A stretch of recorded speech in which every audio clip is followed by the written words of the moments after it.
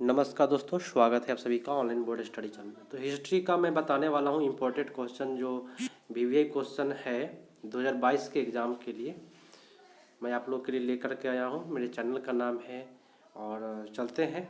प्रश्न है और ऑप्शन नहीं मिलेगा आपको, केवल प्रश्नों का उत्तर मिलते चला जाएगा, तो आप लोग क्लियर कर लीजिएगा। इटली के एकीकरण के विरुद्ध निम्नलिखित में कौन था? तो जवाब दे कहिएगा ऑस्ट्रिया।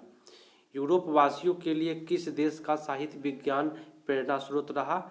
तो यूनान रहा। ठीक है, चलिए आगे चलते हैं। इटली एवं जर्मनी के वर्तमान में किस महादेश के अंतर्गत आते हैं? क्वेश्चन पूछेगा तो जवाब दीजिएगा यूरोप। यूरोप सभ्यता का पालना किस देश को कहा जाता है? तो यूनान को कहा जाता है। ठीक है, नेक्स्ट प्रश्न है कि रक्त और लौह की नीति का अवलंबन किसने किया?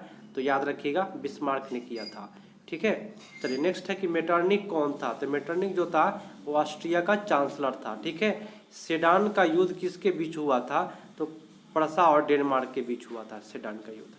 चलिए नेक्स्ट प्रश्न है कि फ्रैंकफर्ट की संधि जो हुई थी 1870 ईस्वी में हुई थी। ठीक है, नेक्स्ट प्रश्न है कि किसने कहा था जब फ्रांस छिकता है तो बाकी यूरोप को सर्दी जुकाम हो जाता है? तो किसने कहा था ये बात? तो मेटरनिक ने कहा था। ठीक है, नेक्स्ट है कि बिस्मार्क किस विद्वान विचारधारा से प्रभावित था? तो हीगेल से प्रभावित था। ठीक है, चलिए नेक्स्ट प्रश्न है नेपोलियन कोर्ट में कुल कितने खंड थे? तो 5 खंड था। ठीक है, नेक्स्ट प्रश्न है कि यूरोपीय राष्ट्रवाद से प्रभावित होकर के किस भारतीय शासक ने जैकोबिन क्लब की स्थापना की थी?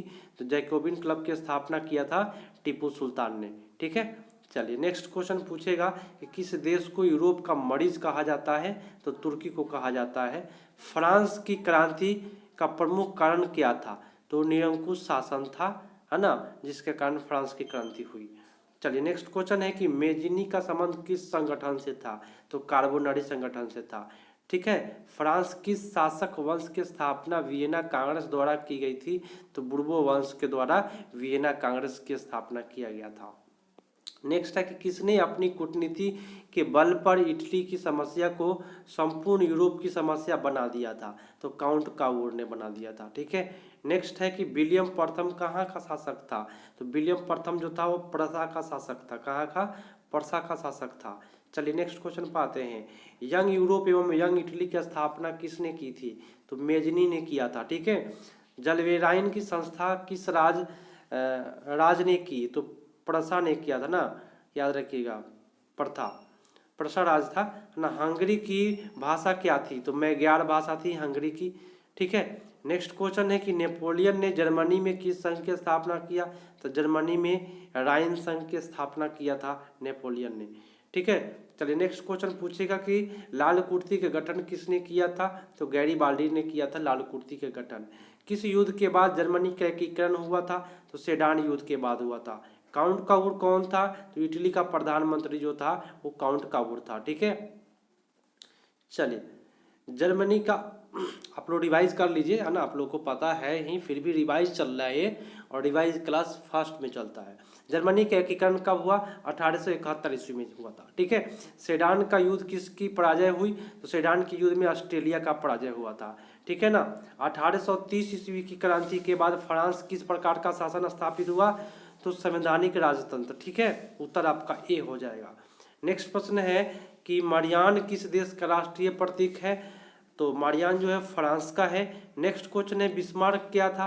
तो बिस्मार्क जो था वो कूटनीतिज्ञ था। ठीक है, उसके बाद चार्टिस्ट आंदोलन कहाँ हुआ था? चार्टिस्ट आंदोलन इंग्लैंड में हुआ। ठीक है, याद रखिएगा। नेक्स्ट प्रश्न पूछेगा कि राष्ट्रवाद की अवधारणा का जन्म किस घटना से माना जाता है? तो पुनर्जागरण। नेक्स्ट है कि किस संधि द्वारा जर्मनी का एकीकरण हुआ था? तो फ्रैंकफर्ट संधि के द्वारा जर्मनी का एकीकरण हुआ। याद रहेगा ना। चलिए बेटर क्वेश्चन है वियना सम्मेलन कब हुआ था? 1848 ईस्वी में वियना सम्मेलन हुआ था। 1829 ईस्वी में एड्रियानोपुल की संधि किस देश के साथ हुई थी? तो रूस के साथ एड्रियानोपुल की संधि हुई थी। ठीक है ना। अगला है कि जर्मन राइन राज्य का निर्माण किसने किया था? तो नेपोलियन बोनापार्ट ने जर्मन राइन राज्य का निर्माण किया था। उत्तर आपका हो जाएगा। ठीक है, नेक्स्ट प्रश्न है क्या गैरीबाल्डी पेशे से क्या था?